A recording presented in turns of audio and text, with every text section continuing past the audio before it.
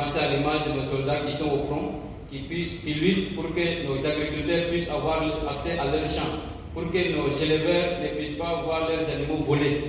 C'est tout ça qui a fait que j'ai dit, c'est mieux, je vais prendre ce nom, Dali, et qui veut dire jour, un nouveau jour pour les agriculteurs, un nouveau jour pour les éleveurs, un nouveau jour pour tout le monde. Dali, c'est une solution que nous proposons, permettre à ce que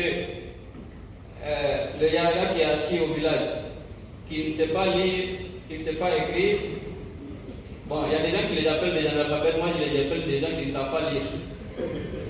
Voilà, donc il va pouvoir utiliser l'application parce que comme il parle déjà à Morée, il peut envoyer un vocal, ça c'est le minimum. Donc il peut envoyer un vocal et l'application est faite de telle sorte que au Burkina ici, on a 7 langues qui sont intégrées sur l'application. Il y a les 7 langues les plus parlées. Sur le plan africain, nous avons prévu 45 langues pour couvrir toute l'Afrique. Notre objectif, ce n'est pas seulement le Burkina Faso, parce que si nous nous mangeons bien et que nos amis ivoiriens dorment, le ventre vide, ou bien nos frères de l'AES du Mali qui dorment le ventre vide, on sera obligé de les attendre ici et on sera un jour obligé de les chasser comme Donald Trump est en train de chasser nos frères africains en Amérique.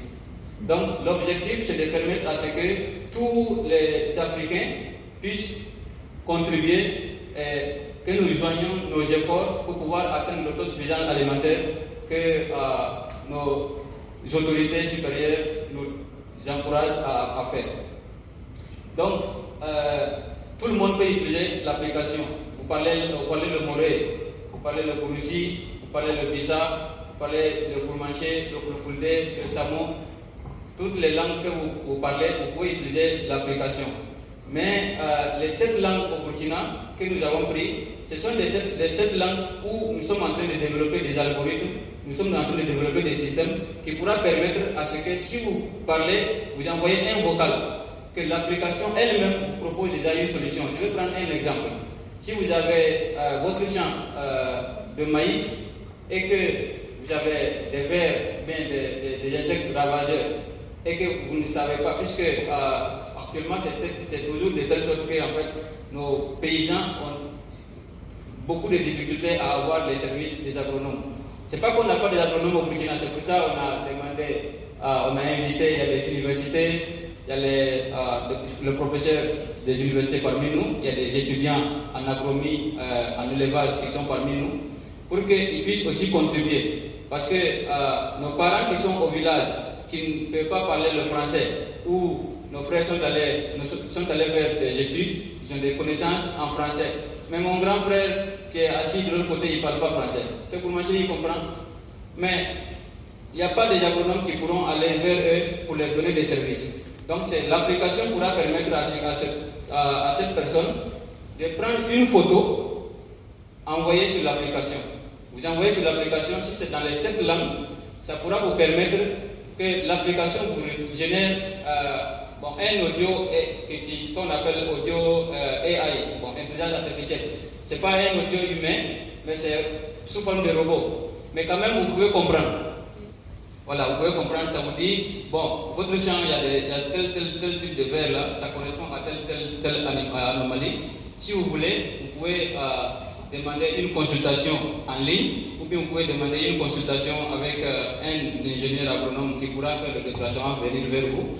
Et aussi, les solutions qu'on va vous proposer, puisqu'il y a des anomalies, on vous dit, voici comment traiter. Mais comment traiter? Est-ce que vous avez les produits qu'il faut? Oui. On a prévu un marketplace, donc un marché en ligne qui pourra permettre à tous ceux-là qui vendent des produits agricoles, que ce soit de l'engrais, que ce soit du pesticide ou bien de l'herbicide, vous pouvez poster sur l'application pour vendre. Donc quelqu'un qui est intéressé par votre produit, vous allez laisser vos informations comme le nom, voilà, l'adresse, pour que la personne puisse vous contacter et au besoin il peut faire le déplacement pour venir vers vous et collecter le produit qu'il veut. Ou bien vous pouvez vous entendre pour que vous puissiez aller le livrer, mais de toutes les façons vous allez vous entendre et c'est gratuit. Vous n'allez pas payer pour poser des produits, vous n'allez pas commander des produits en payant.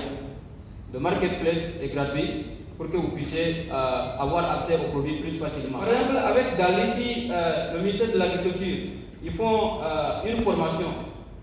On met ça en ligne. Tout le monde, tous ceux-là qui sont sur l'application peuvent pouvoir connaître. Ceux qui ne sont pas sur l'application, il y a des gens qui vont télécharger, envoyer dans le groupe WhatsApp. Parce que si vous utilisez une solution qui marche et que vous avez votre voisin qui a un autre problème, bon, vous allez lui dire, ah, moi j'ai telle solution là. Donc, même si c'est de bouche à oreille, tous nos agriculteurs pourront savoir en fait toutes les informations, tout ce qui est utile et qu'on peut utiliser dans l'agriculture pour augmenter notre productivité, pour augmenter notre capacité de produire et avoir plus de rentabilité. Par exemple, aujourd'hui, si les étudiants ou bien les jeunes qui fuient les zones rurales, bon, c'est parce qu'il n'y a pas assez de perspectives, il n'y a pas de financement. Bon, même si souvent vous produisez un produit, vous allez trouver que les gens vont venir acheter ça à vil prix, il n'y a pas assez de bénéfices. Donc c'est ça qui fait que les gens abandonnent l'agriculture. Alors que l'agriculture, ce n'est pas notre passé. L'agriculture, l'élevage, c'est notre futur. Parce que si nous voulons vivre, nous allons toujours manger.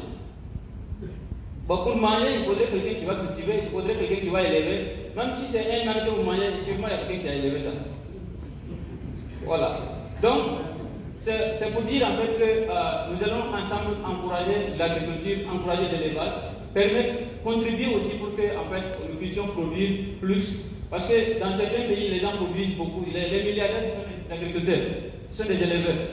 Mais ici, quand on dit que vous êtes agriculteur, bon, les gens pensent que en fait, vous êtes maudit. Alors qu'il n'y a pas de malédiction dedans. C'est seulement parce que en fait, les gens n'ont pas accès au financement, ils n'ont pas assez, accès à l'accompagnement qu'il faut. C'est pour ça que nous sommes en train de collaborer pour pouvoir, avec le ministère de l'Agriculture et de l'Élevage, pour permettre qu'on puisse faire des incubations. Par exemple, si on arrive un jour ou l'autre réussir à faire 1000 hectares comme on peut incuber dans chaque région, on a 13 régions, même si ça va augmenter. Bon, pour le moment, 13 régions, on a 13 000 hectares. 13 000 hectares, on peut prendre un monsieur qui est assis à Ouaga qui veut cultiver mais qui n'a pas accès à la terre. Il peut venir, il produit 1 hectare, il produit 2 hectares, il va avoir quelque chose à manger, il va contribuer au développement du Burkina. Donc, ce sont les services que nous sommes en train de mettre en place.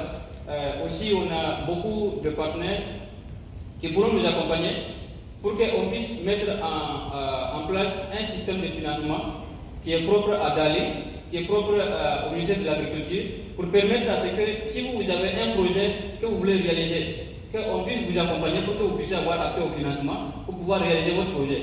Vous pouvez venir, si vous êtes une seule personne, parce que les banques ne vous financent pas parce qu'ils disent qu'il y a trop de risques, vous pouvez venir et on vous met dans une, comment on appelle, coopérative.